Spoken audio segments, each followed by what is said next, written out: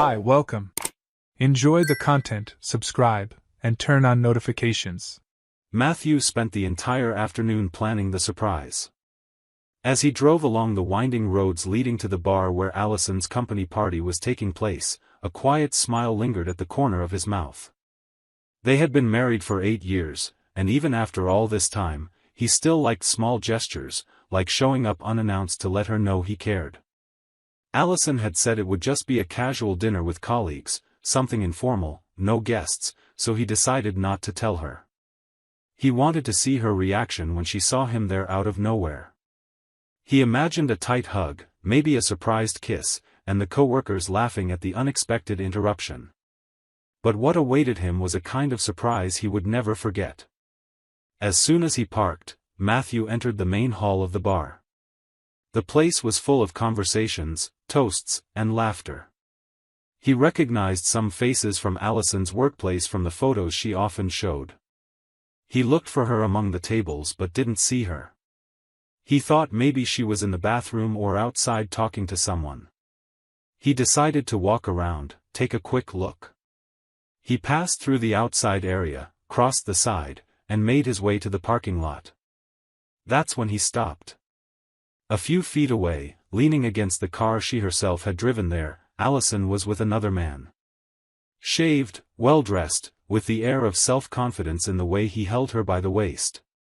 They were kissing slowly, without rush, as if they were completely comfortable in that space, in that moment. For a moment, Matthew thought his mind was making it up, distorting some scene. But it wasn't. It was real. The woman he loved, who shared his life, was kissing another man. Right there in the parking lot, while he carried the expectation of a romantic surprise in his chest. He stood still for a few seconds, as if time had paused around him. His heart was racing, his stomach churning.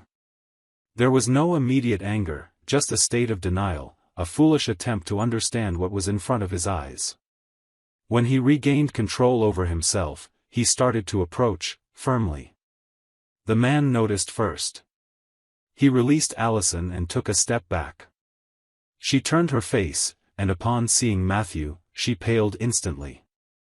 The shock in her eyes said everything. She knew the weight of that moment. "Matt. What are you doing here?" she asked, her voice shaky, as if she was still trying to find an explanation. He took a deep breath, keeping his eyes on her. "I think the right question is, what are you doing here?" She didn't answer. Her breathing accelerated and her hands trembled. The other man, visibly uncomfortable, left the scene, heading in the opposite direction, probably to escape the confrontation forming. Matthew didn't make a scene. He simply looked at Allison for a few seconds and then turned around and walked away. Allison ran after him, saying things that didn't make sense at that moment. Scattered words, pleas, tears. But Matthew kept going until he reached the car and got in. His eyes burned. His chest felt compressed from inside. Starting the car was almost an automatic gesture. The ride back home was made in the cruelest silence of his life. More than betrayal, it felt like a breaking of reality. It was as if everything he had lived until then had been a lie now unraveling into pieces before his eyes. In memory, came flashes of the last days, she more distant, messages on her phone with ready-made excuses, laughs that once seemed common. Now everything made sense. And what hurt most was realizing that while he planned a gesture of love, she chose a moment to live something in secret, away from him, with another man. The kind of pain that consumes from within isn't the one that shouts. It's the one that silently corrodes, leaving a bitter taste in every thought, every memory. Getting home was a test of endurance. He looked at the couch, at the table where they used to have dinner together, at the frames on the wall. Every corner of the house seemed to mock him. He went to the bedroom, sat on the edge of the bed, and stayed there, eyes fixed on a random point. He felt his legs heavy, his breathing uneven, as if he was trying not to collapse. He wanted to understand how it happened. He wanted answers, but he wasn't sure he was ready to hear them. Still, he knew he needed to listen. A little later, Allison arrived. Red-faced, swollen eyes. Bringing a mix of desperation and guilt. She asked to talk, begged for space to explain. Matthew looked at her in silence for long seconds. She was there, in front of the woman he loved, but something inside him had already changed. The trust, built over years, had been destroyed in minutes. And he knew what was coming next would be even harder than that moment in the parking lot. It was the beginning of the end. Or maybe just the start of something he still couldn't name. Allison stood at the door with red eyes and faltering breath.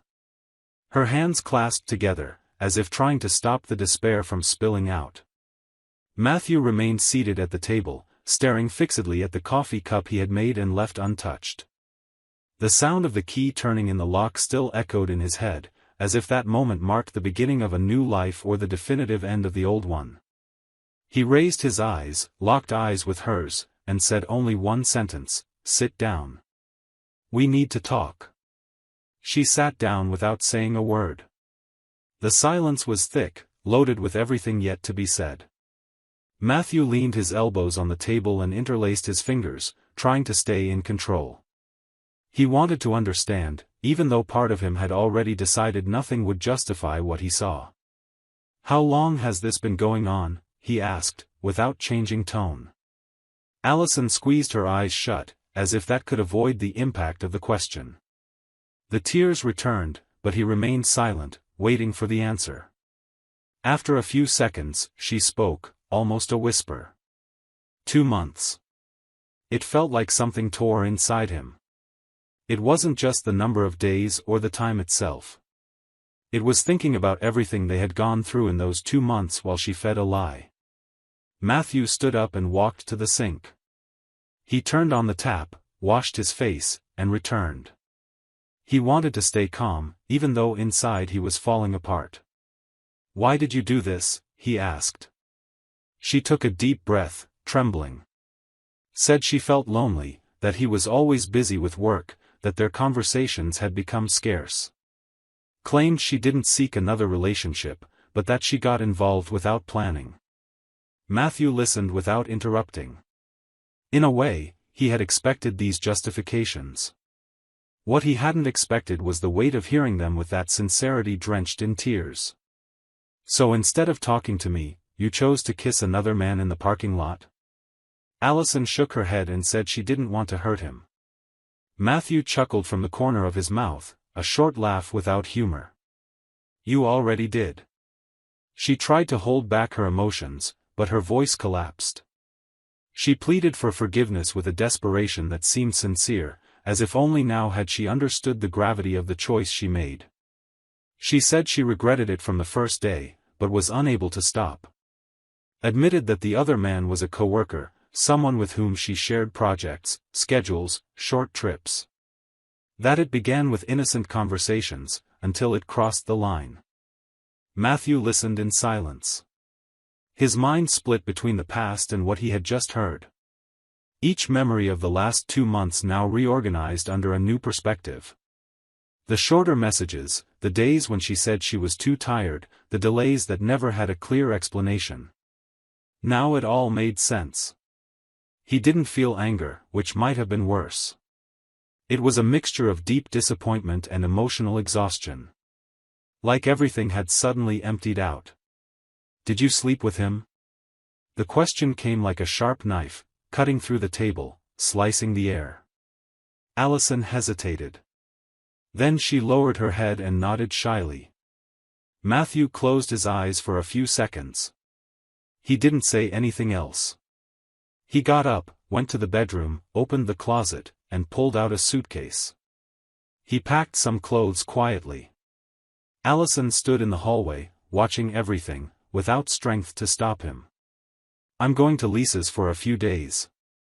I need to think." She asked him not to go.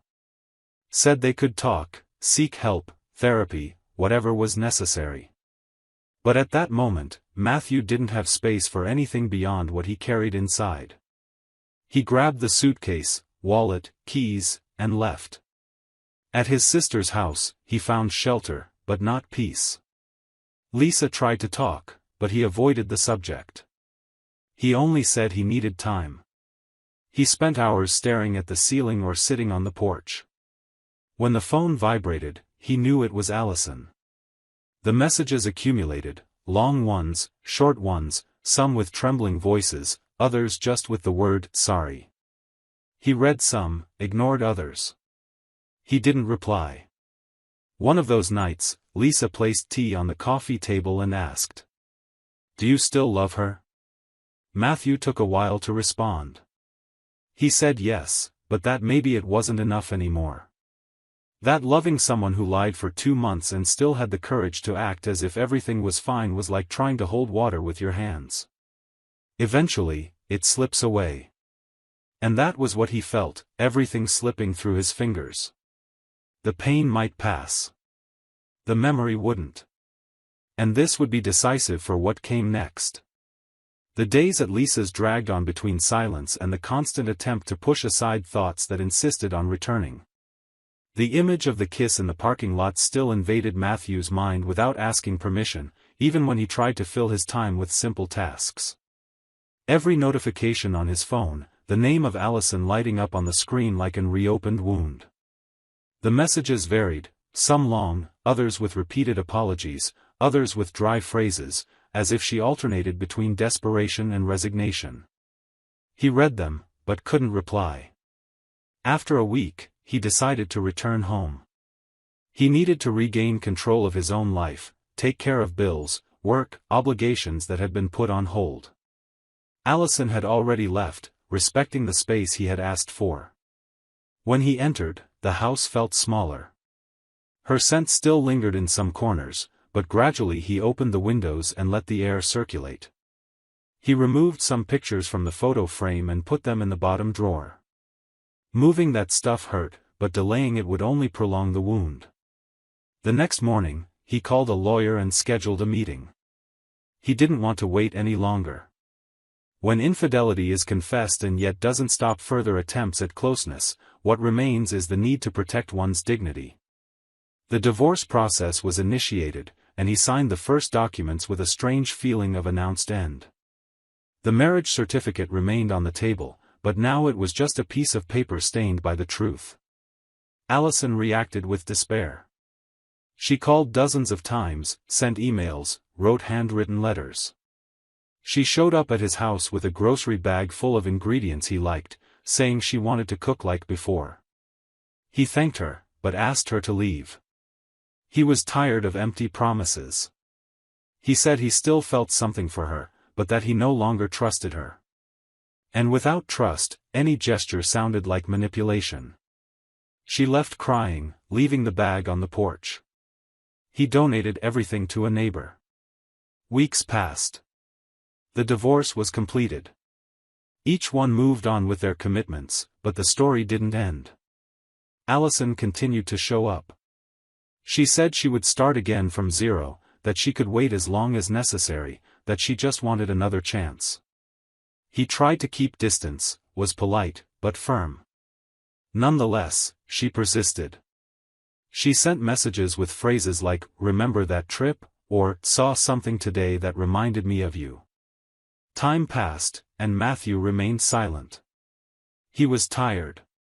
That was no longer nostalgia. It was attachment disguised as regret. Meanwhile, he met Brooke, a history teacher who taught at a nearby school. She didn't ask too many questions, didn't force proximity. That's why he felt comfortable. The beginning was slow, without rush. A coffee, then another, some longer conversations. Slowly, Matthew realized he was smiling again without feeling guilty about it. Allison found out about Brooke through a photo posted by a mutual friend. Matthew appeared smiling, beside Brooke, at a small street festival. It was a simple image, but it was enough to light the fuse. 3 days later, Brooke received a visit at the school. Allison went there, introduced herself as Matthew's wife, and said he was confused. She told a distorted version of the facts, saying they were still married and that he was emotionally unstable. Brooke, surprised, tried to understand what was happening. That night, she called Matthew and asked them to be direct. She wanted to know what was true about it. Without hesitation, he showed her the divorce papers, explained everything from the beginning, told her about the kiss in the parking lot, the confession, the separation. Brooke was silent for several minutes, digesting everything. She said she was relieved to hear the truth, but also scared of Allison's actions. She suggested filing a formal complaint. Matthew still hesitated. He thought it was an exaggeration. Said maybe it was just a phase of hers, that with time it would pass. He preferred to avoid involving authorities. But Brooke insisted that it was necessary to protect what they were starting.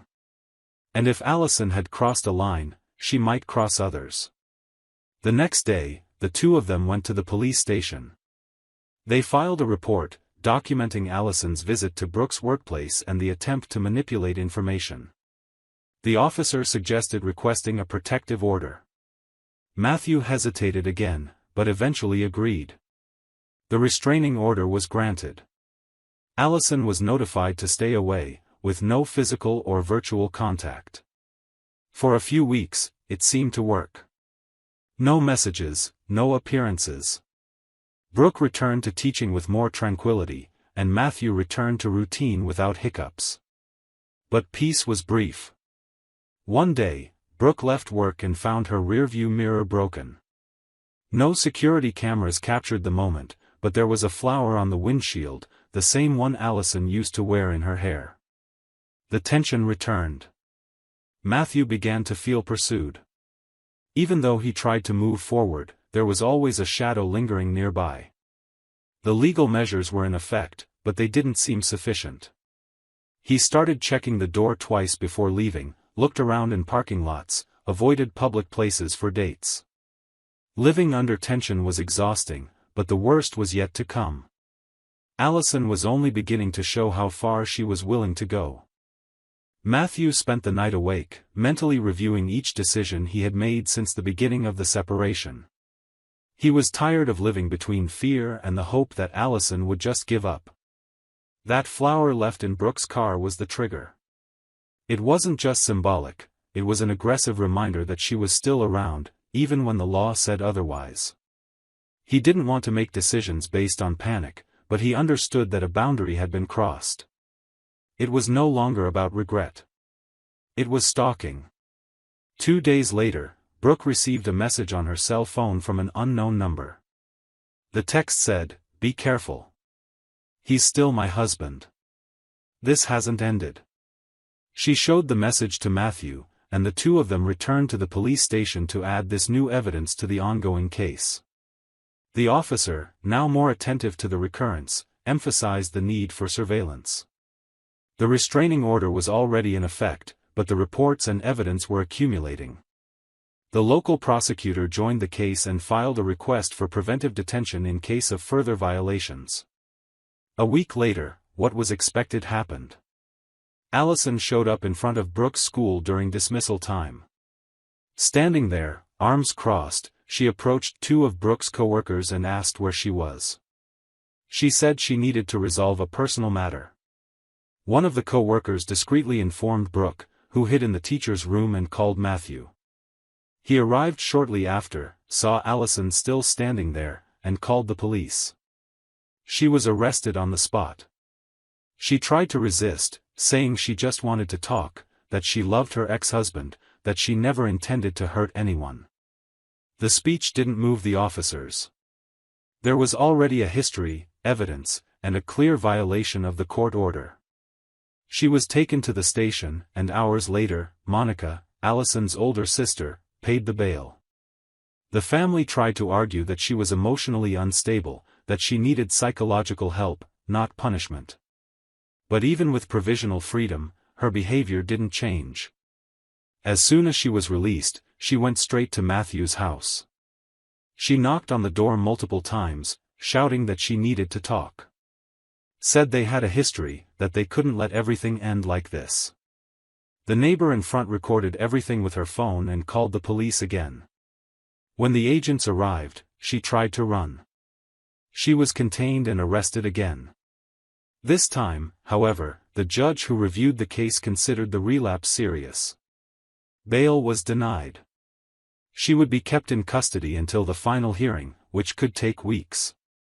Matthew was shocked to learn that she had gone directly to his house right after being released from prison.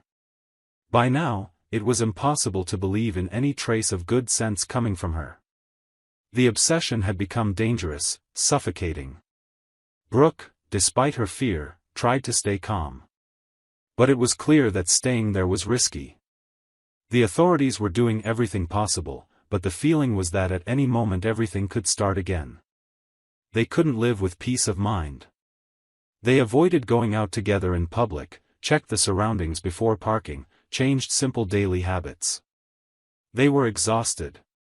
That's when Matthew proposed something he had been maturing in silence. Moving to another city. Starting over somewhere else, away from memories, away from constant tension. The idea didn't please Brooke at first. She had roots, students, colleagues, routines. But after Allison's second arrest, she realized this wasn't just a bad ending of a relationship. It was a situation that put their freedom and peace at risk. Matthew contacted a childhood friend who lived in Asheville, North Carolina, and who was offering a job opening at a local company. The salary was good, the cost of living lower, and the possibility of living without fear was what weighed most heavily on the scale. The decision was made with a mix of relief and pain.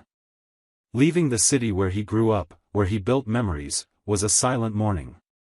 They packed the house in less than a week. Matthew informed the local police, gave the new data to his lawyer, and left a copy of the case with the friendly neighbor. The idea was to cut all possible ties with the past. Brooke transferred her documents to the new school and resigned in person, without giving many details. When they arrived in the new city, the air seemed different. There was still uncertainty, but the feeling of freedom slowly filled the spaces. Matthew started the new job with dedication. Brooke found new students, with new stories. They began to go out more, to smile more. The memory of Allison still appeared in conversations, but it no longer dominated their thoughts. It was like a scar, visible, but healed. Meanwhile, Allison waited for the trial in custody. Her public defender tried to argue that she needed treatment, not detention, but the extensive history of violations and the risk to the physical integrity of others made the case delicate. Justice finally recognized that obsessive love, when it crosses all boundaries, becomes a real threat. Matthew learned that protecting his peace was more important than insisting on saving something already dead. He loved, was betrayed, forgave in silence, and had empathy as far as possible. When he realized that this story was destroying not only him but everyone around him, he chose to live. And it was this choice that, little by little, returned to him what Allison had stolen, the right to breathe without fear. The new city brought a different kind of silence, less burdened. Matthew and Brooke began building a routine where the past no longer commanded every thought. They started sleeping without having to lock 3 doors. They went out to dinner, walked in the central plaza, talked about plans with more ease. The feeling of renewal wasn't just an idea. It was a daily practice, built step by step. Brooke reconnected with her profession, and Matthew dedicated himself to the company with the desire to leave behind the image of a man marked by a traumatic divorce. Everything seemed, finally, to reorganize. The news of Allison's sentence came through the lawyer. She would remain detained indefinitely until a complete psychiatric evaluation and judicial deliberation. The defense couldn't reverse the history of violations, nor convince the judge that she presented conditions for stable social coexistence. Matthew read the notice and left the paper on the table, as if that was the final point he had been waiting for months. He didn't comment on it that day. Just breathed deeply and went to work. He didn't feel satisfaction, only relief. The obsession that had consumed the woman he once loved was now treated as a clinical case, which perhaps should have been since the beginning. A few weeks later, during dinner with friends he had made in the new city, Brooke was surprised by a gift left on her desk at school, a drawing made by one of her students, depicting her and Matthew smiling. She showed it to him at the end of the day, and the two laughed. It was a piece of innocence amid so many marks. That night, sitting side by side on the couch, she asked if he regretted trying to save the marriage when everything started to fall apart. He answered that he didn't. He said that loving, even when it hurts, is still part of the experience of someone who lives with truth. What he no longer tolerated was allowing pain to dictate choices. And that he had overcome. Time passed, and life finally found stability. Brooke became pregnant.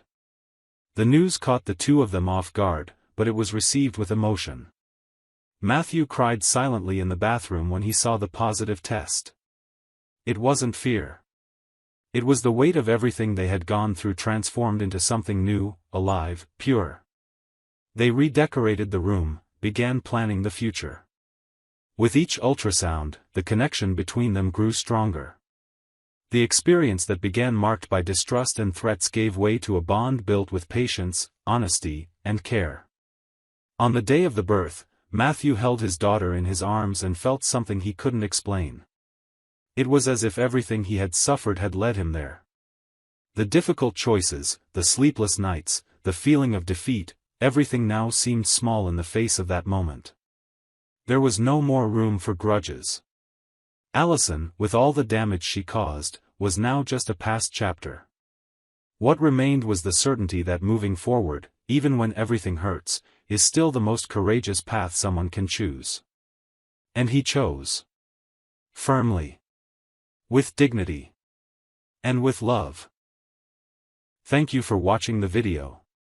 If you enjoyed it, don't forget to subscribe to the channel and turn on notifications so you won't miss any updates. See you next time.